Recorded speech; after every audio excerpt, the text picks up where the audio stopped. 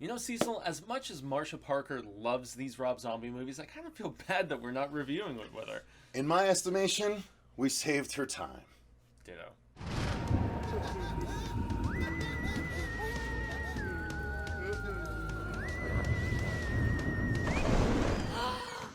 Hey everybody, welcome to the Horror Show. I'm Cecil Laird. I'm Fuego here. This is going to be a good one, but maybe a shorter one because, frankly, to put it simply, neither of us wants to spend much time talking about this piece of trash. Cash grab.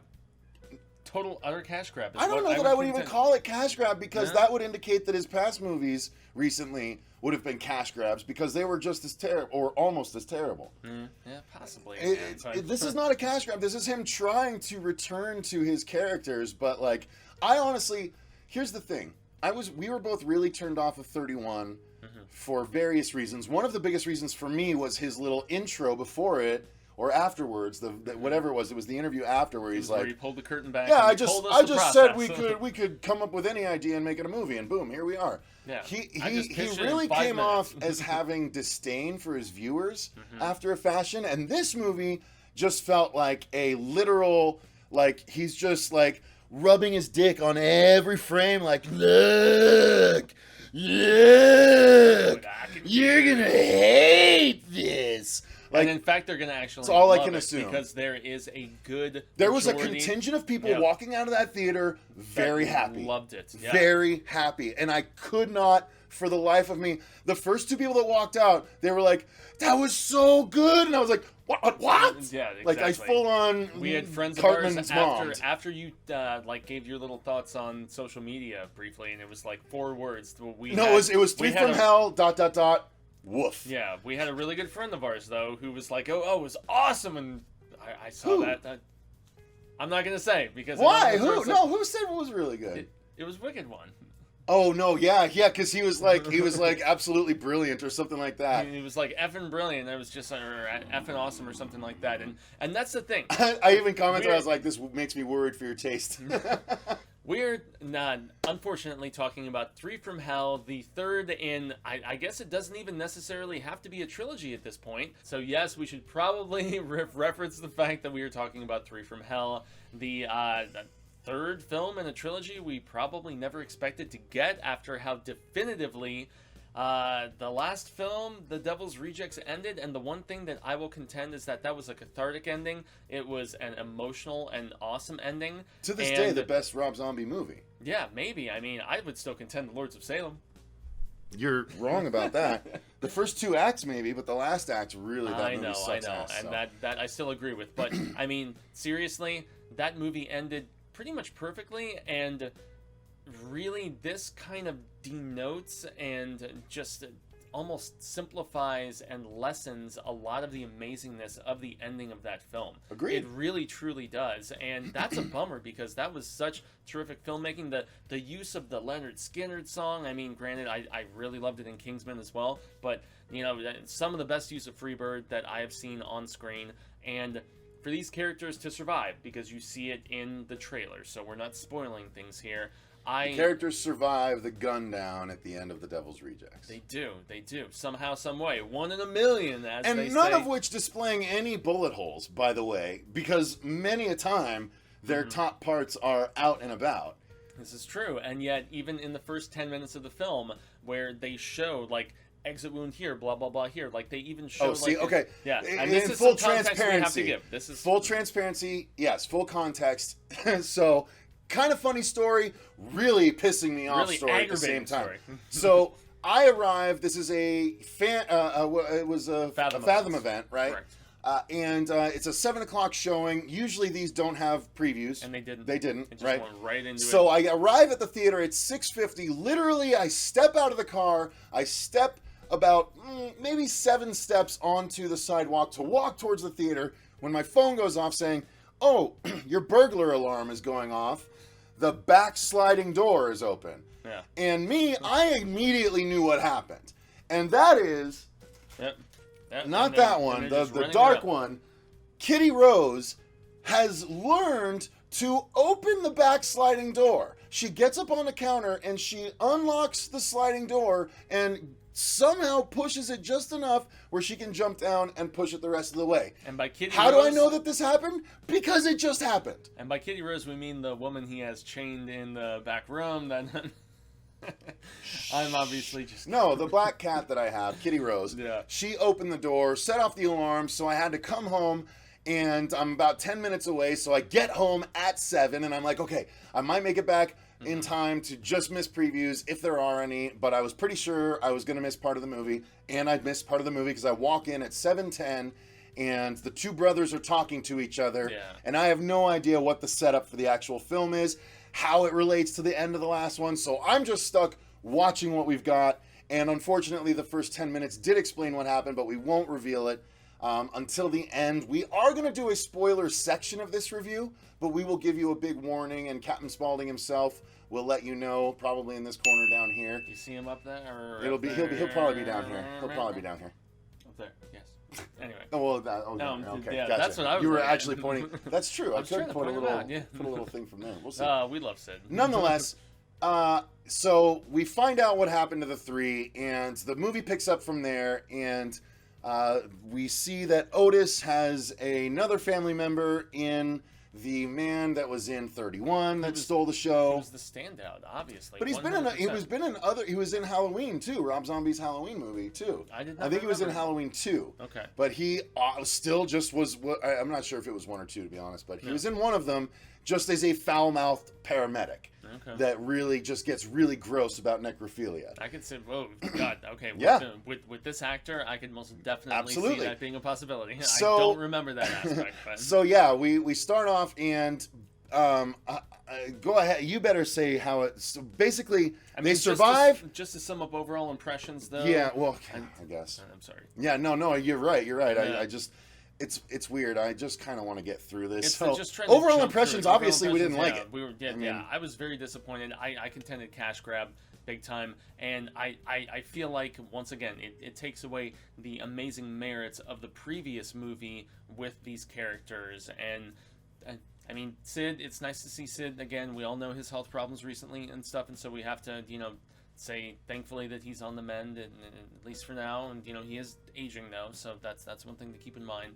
But Mosley, Rob's wife, I don't know, 31 dude, whatever.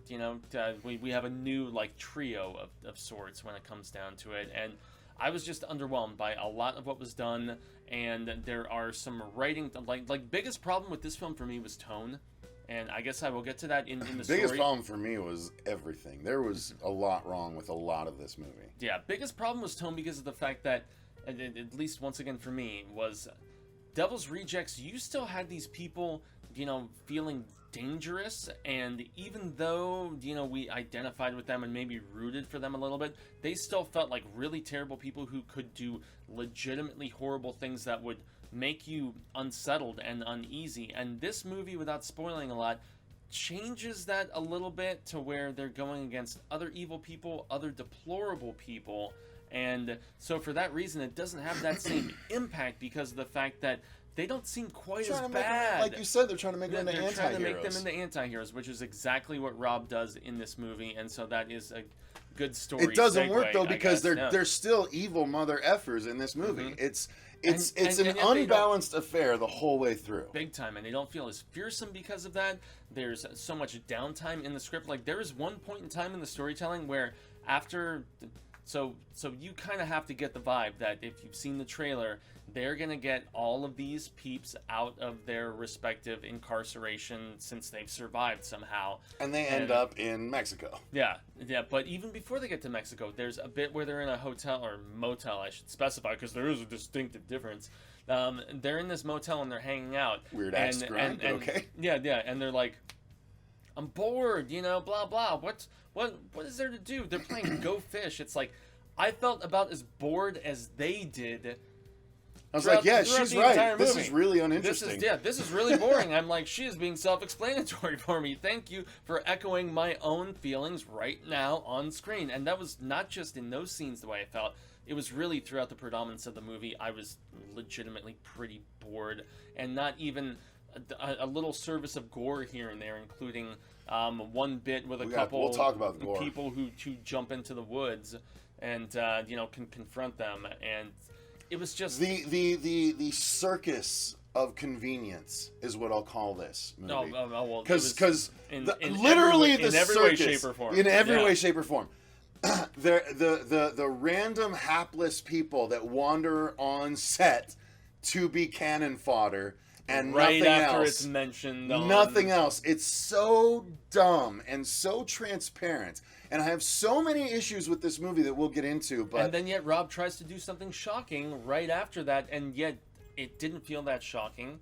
Nothing there's nothing in this movie that shocked me as much as stuff in The Devil's Rejects, because of the fact that the tone is so kind of goofy. You know what's going to happen. You're just waiting for time. that shoe to drop. Yeah. And that shoe drops every time. Yeah. There's no tension because look, if there's tension and you're like, oh, I wonder if this person might escape this situation. When it comes to the Fireflies, they don't really let people escape. No. So that tension is non-existent. Yeah. And when you try and play with that 3 movies in, it's like, what are we doing? What are we doing? I know that this is not going to end well for any of these fucking people. Yeah. And so why are we even toying with the fact that it might? Or toying with the idea that it might? Yeah, it was almost like the weird kind of Evil Dead thing, where the first one was very serious with the kills, the second one balanced the kills. And, this is the Army of Darkness. This is the Army of Darkness. The Devil's Rejects the Devil's movies. Rejects series. It's not totally, bad. Totally is, man.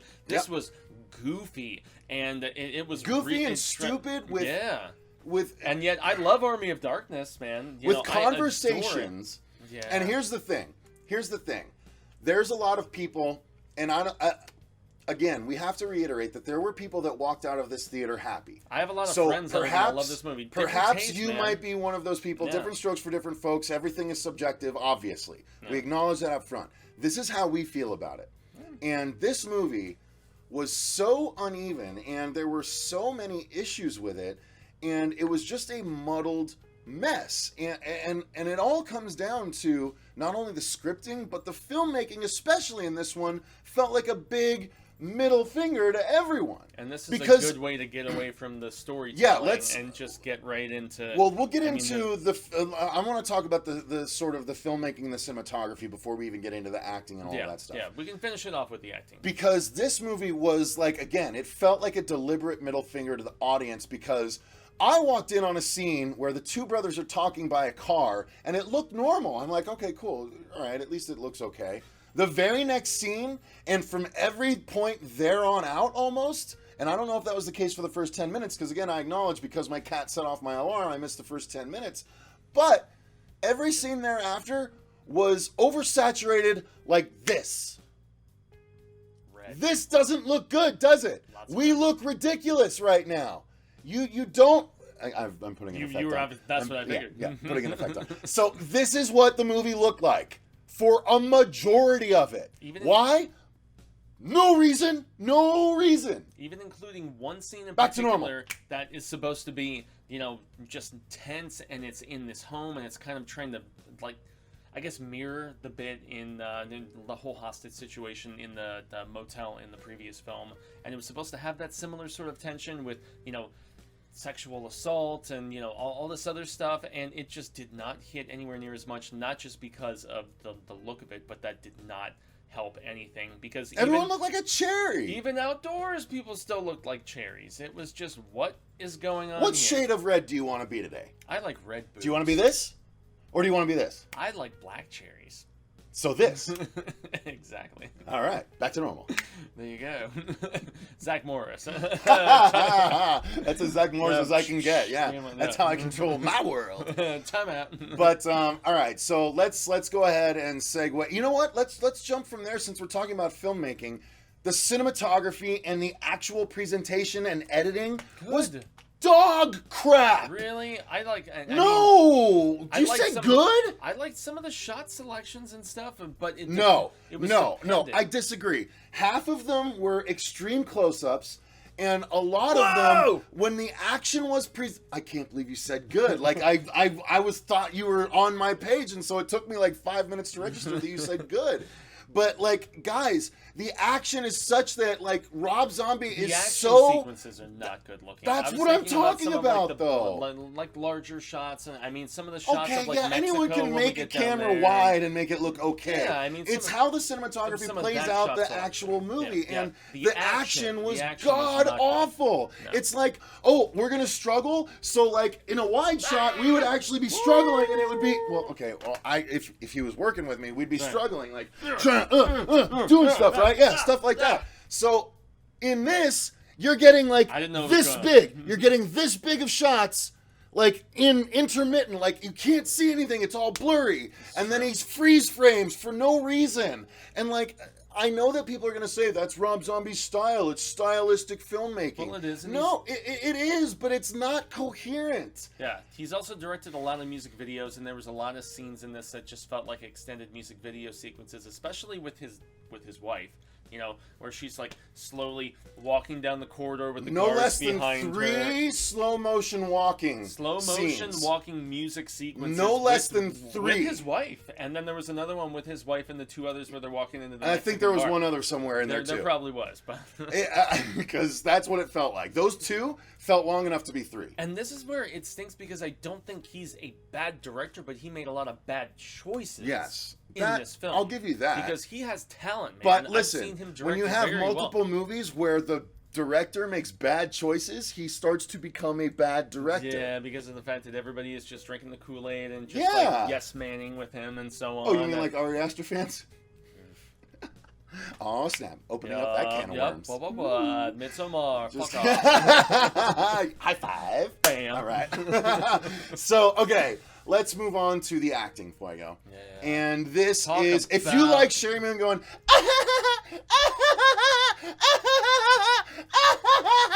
then you're going to have a good time. Chew every scene to pieces. And even Otis tries That's a great way to put it. Exactly. Chew every scene that she's in to pieces. And I'm assuming that's the way her husband directed her, unless she's like one of those, wives who's been with their husband for a long time and wants their just due and attention and everything and is kind of commanding the proceedings a little bit more so. It tends to happen sometimes. But, Mosley, even as Otis, gives it some sort of explanation at one particular point. She's been locked away for so long. She's changed. She's kind of crazy. I'm like, how has she changed? She's the exact same. Yeah, but it was definitely amped up to 11 in this, I think. I agree. She really cranked it up in this movie, man. She turned it up, yeah. Yeah, and I heard a lot of women around me laughing and loving it. So who am I to... that's just my opinion. She was really overacting. She was really overdoing it. But if that's the character, then I don't know. People let her get away with it. Yeah, I mean, Mosley was pretty... Her husband let her get away with it. By the way, her husband, who, if you didn't know, Sherry Moon Zombie is Rob Zombie's wife. Yeah. Put 2 and 2 together. Woo. Yeah. He has apparently developed a Tarantino-esque fetish for her feet in this movie. Oh, how because my God, the amount of times, even the dirt on the feet in that one. All the time. No, when she's laying on the bed multiple times, like she flips her dirty ass feet up over behind her, and like we get a close up of it. And then when she wakes up after a drunken stupor one night, we get her dirty ass feet walking on the wooden ground. It's like, why do all these dudes like their wives' dirty feet so much? Like, I mean, they have the grindhouse kind of like schlocky sensibility. Like a 13-year-old. Ew, gross. That's really, but I've never been a feet guy, so forgive me. Me neither, man. Now I'm gonna get a slew of feet pictures sent to my freaking Twitters. If I'm gonna say anything acting wise, like Mosley continued his sort of just. He was Otis. He's been Otis the whole time. He's Otis. He was doing his thing. He felt dumbed down though. Didn't he feel a little bit dumber in this with all the? I like that name. Yeah. They felt a little bit like Beavis and Butthead. There was one line versus scary and scary. And that's the thing that I will go back to tone in the way that these characters were written and therefore the way they acted. There was zero intimidation factor in this. They didn't feel like dangerous, horrible people that I would be scared to encounter. I honestly felt like if I implored myself to them in a particular fashion, I could be buddies with them as opposed to pure fear like, holy shit, what would these people do to me for no reason, regardless of how I treated them. And that's big time. That just circles back to the scripting issues for this trio is not as interesting as the first trio.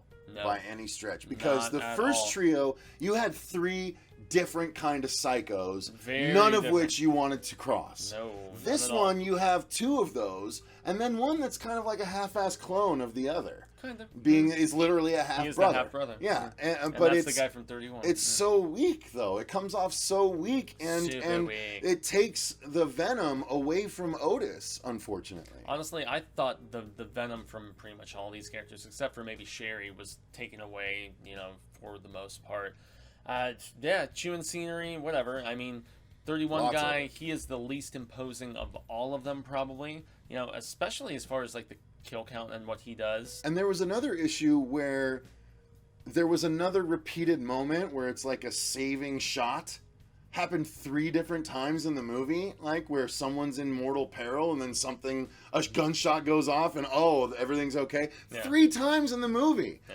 Why that many times in an hour and 40-minute long movie? I guess the devil's looking after these pipes, Oh, my yeah, God. 3 from hell. Ooh, Yeah. it's a newspaper headline. But I mean, even in comparison with the people that they inflicted harm upon in the previous film, because I was about to say the first film, everybody that they did in this had some sort of really negative nastiness about them. So all of it felt justified, which is where it was a complete just doubling down and making sure that you would root for them. Maybe like half the audience rooted for them previously. In this one, the entire audience was supposed to root for them, just like all the super Agreed. like fans in the first 10 minutes of the movie, where you see They try how, and make a bad or bad free the for them three, to go up free with. the three. Go up Yeah, against, that yeah. only lasted like 5 minutes of the movie, man. It's like the first 5 minutes of the movie. So I mean, we never come see on, it yeah. because I didn't see any of that. Yep, it never Didn't see, returned. it never returned in the returned. entire movie, dude. And it honestly That's made you bad. wonder, because they keep getting television coverage about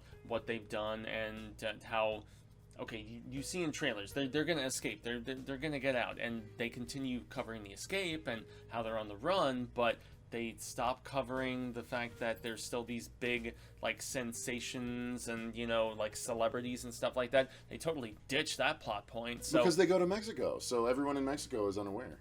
seemingly. Except, well, anyway, we can't talk about that until spoiler section. So why don't we go ahead and call the non-spoiler section done right there? Yeah. It is a big disappointment, guys. I mean, Yeah, not a surprise for me. It's not a movie I was excited for anyway. No, but that people might take that as coloring our opinion.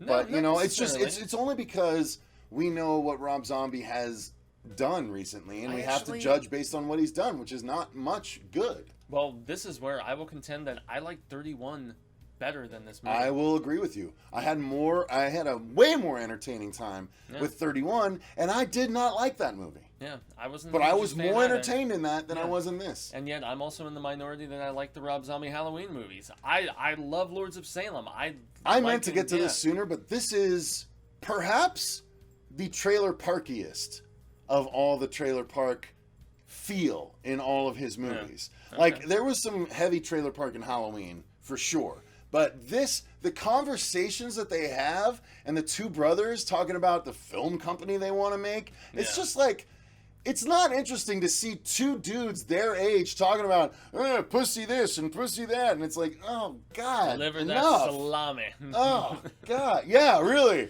Hey, you got that salami for me? Oh my God, enough! Like, why is And this I know here? that he deliberately wrote it dumb, but I almost feel like that's him just kind of pandering to the lowest common denominator. 100%. I don't know, man. I still think he has an immense amount of talent. I still love his music that he's doing with John 5, and I still feel like he has a lot of talent and could still do amazing things, and probably will in the future, which is the one thing that I will contend. I think The Devil's Rejects is awesome. For me, Lords of Salem is a very close second. I don't mind his Halloween movies at all, like so many of the purists hate them. I think that they are very, like, all of his stuff is very visually striking. He definitely... In the editing room, I don't know what happened with this movie, man. With the look of his thing is color correction, especially early in the movie where he's doing like this bit with this person, and it goes to green, and Shifts. this bit with this person, and all those shifts, and it is very very Tarantino grindhousey in that regard, I suppose. That I would never deny Rob's talent, man, but I didn't like this movie. It didn't do it for me, and I still felt like it didn't have enough of an impact because of the way that they approached the characters in this. Okay, so now we're going to get into some of the spoilers. So this will be real quick, guys. Fuego, what happened in the beginning of the movie that I missed? Well, the beginning of the movie, before Cecil arrived, is the fact that we see that all three of them somehow survived despite 1,000,000 to 1 odds, and they do it very quickly. They do it through newspaper clippings. They do it through... That's one other spoiler thing to mention. Cecil and I couldn't recall, so, just berate us in the comments if we weren't aware or recalling, because we didn't rewatch House of a Thousand Corpses or The Devil's Rejects, if they confirmed through actual references with dialogue when this takes place. This is definitely... Time period. Yes, exactly. 78, and then 10 years go by, and this they might have, basically takes place in 88. Yeah, I feel bad if I can't recall, and I'm sorry if that's the case. But it was very apparent that it was that era in this one. Very much so. And so in the first few minutes, you see all kinds of TV broadcasts from news stations. You see all kinds of different, clippings that flash on the screen and stuff like that. They all three, after almost a year of recovering in their respective hospitals, then they're put on trial. And it's very much like a montage of the trial, and then it goes to, all three of them and this documentary film crew coming and talking first to, Spaulding, and then talking to, Otis and so on. And Otis is, for whatever reason, out on a chain gang, and he has an opportunity to escape, because why would somebody on death row be on a chain gang? That doesn't make any goddamn sense. But that's where the brother, who was the standout in 31, the half brother I should specify, because if I say the Institute versus institutional or whatever, people hit me in the comments, so let's get really specific about that. And helps his escape, kills the Danny Trejo character. And, we only see Danny in one scene. So, the very beginning, and then we see him in a painting later. So I never saw Danny himself. Yeah, exactly. So he gets killed by Otis's character and the half-brother. So that's where he gets on the run to be able to break Baby out. But the only one who actually gets executed is Sid. And Sid's Captain Spaulding. He has a few lines, but it kind of made me sad, man. He... Didn't sound like Captain Spaulding anymore. Well, not just that. Very just on point and just stern, kind of scariness. He seemed like he was struggling to deliver the lines. He's been going through some health problems lately, and so I still think that was probably why he was given such a small chunk. Of course, yeah. And then to pass the baton to the younger person, and so they finally break Baby out after a standoff in this home of the warden. And the warden is a douchebag. He's cheated on his wife. He's snorting coke, all this other stuff. The people who have the horrible harm inflicted on them, there is some collateral damage, obviously. But for the most part, the ones who are just kind of incurring all of that and the trickle-down factor and the ripple effect, they are shitty people in this in comparison with the previous film. And so that's where... they're just kind of making these characters anti-heroes, and the fact that they have this whole public swell thinking they're not even guilty, and initially, and they're in prison, what's her name? Dee Wallace's character, torturing, trying to get Baby killed. Yeah. At times, but also being in love with her, lusting after her a little bit. There is the one scene where she's just like, and Baby starts to self-pleasure through the door, and Dee starts licking her lips. She's licking her lips a little bit before, oh man, I have protocol to adhere to. And they try to recreate the whole.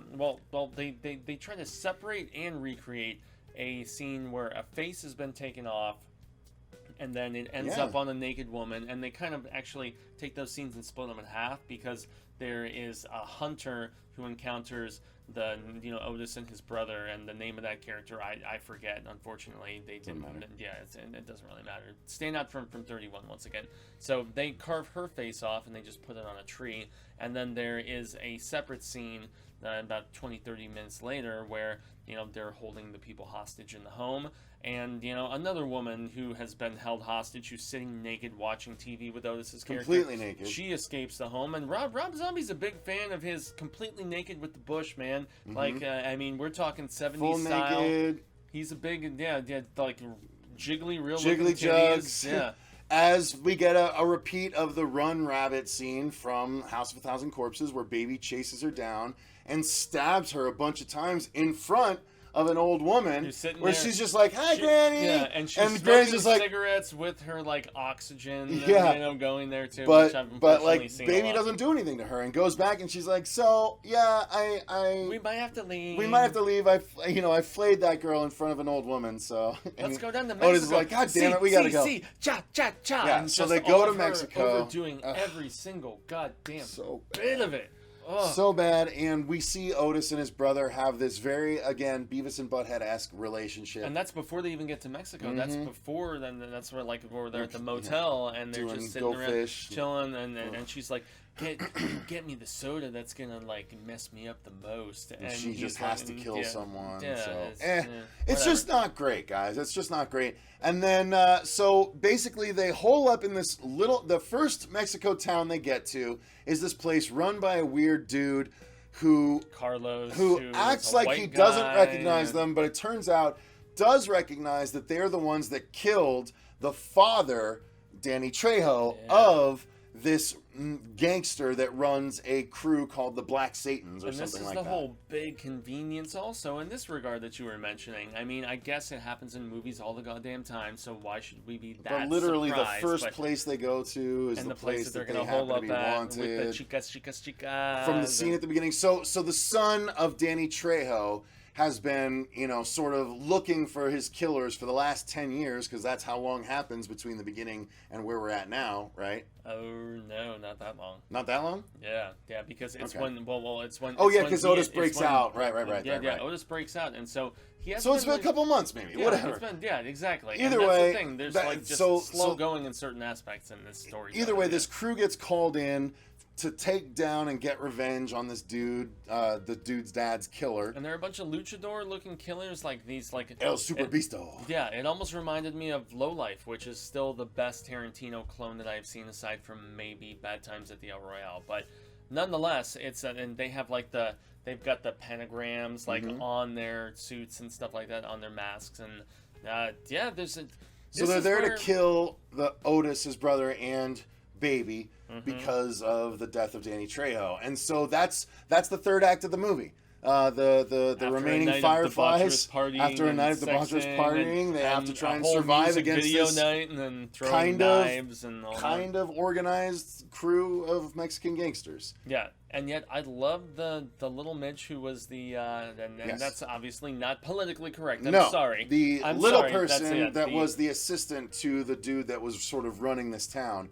Who was in 31 as the little Hitler-looking guy. So he ends up really liking Sherry, and he's an artist in the town, and so they kind of try and make this little connection. That, dare I say, he was my favorite character in the whole movie. He might have been mine too, yeah. But nonetheless, so this crew shows up, and they start wrecking havoc, and the Fireflies survive against them, and they survive. All of them survive. One of them gets shot, the brother gets shot through here, but they all survive and go on to new adventures. Yeah. One would assume. Yeah, and honestly, I mean, with this not getting like a decent theatrical release or anything like that, I mean, we're honestly talking a couple Fathom events and then direct-to-video in October, VOD and everything else like that. I'm thinking Rob definitely structured it like this for a possibility for more movies. Why? Yeah. Why? This felt, once again, I will contend, this felt like a cash grab to me because of the fact that maybe Lionsgate because Rob actually announced this movie before you arrived. So, there was like 3 different nights for the Fathom event. There was one bit of behind the scenes, there was one bit of him announcing the movie, and then a third thing on the third night. This was here with him black and white for like 2 minutes on tour, presumably, announcing the movie, and he talked about the fact that it took them 3 years of getting it together, him and Lionsgate talking about how, hey, it'd be a good idea, let's finally make a sequel, let's do that. And then he sat down with the actors, he finally scripted it, he finally shot it. It was about a 3-year process, and now he's so happy that it's finally out there.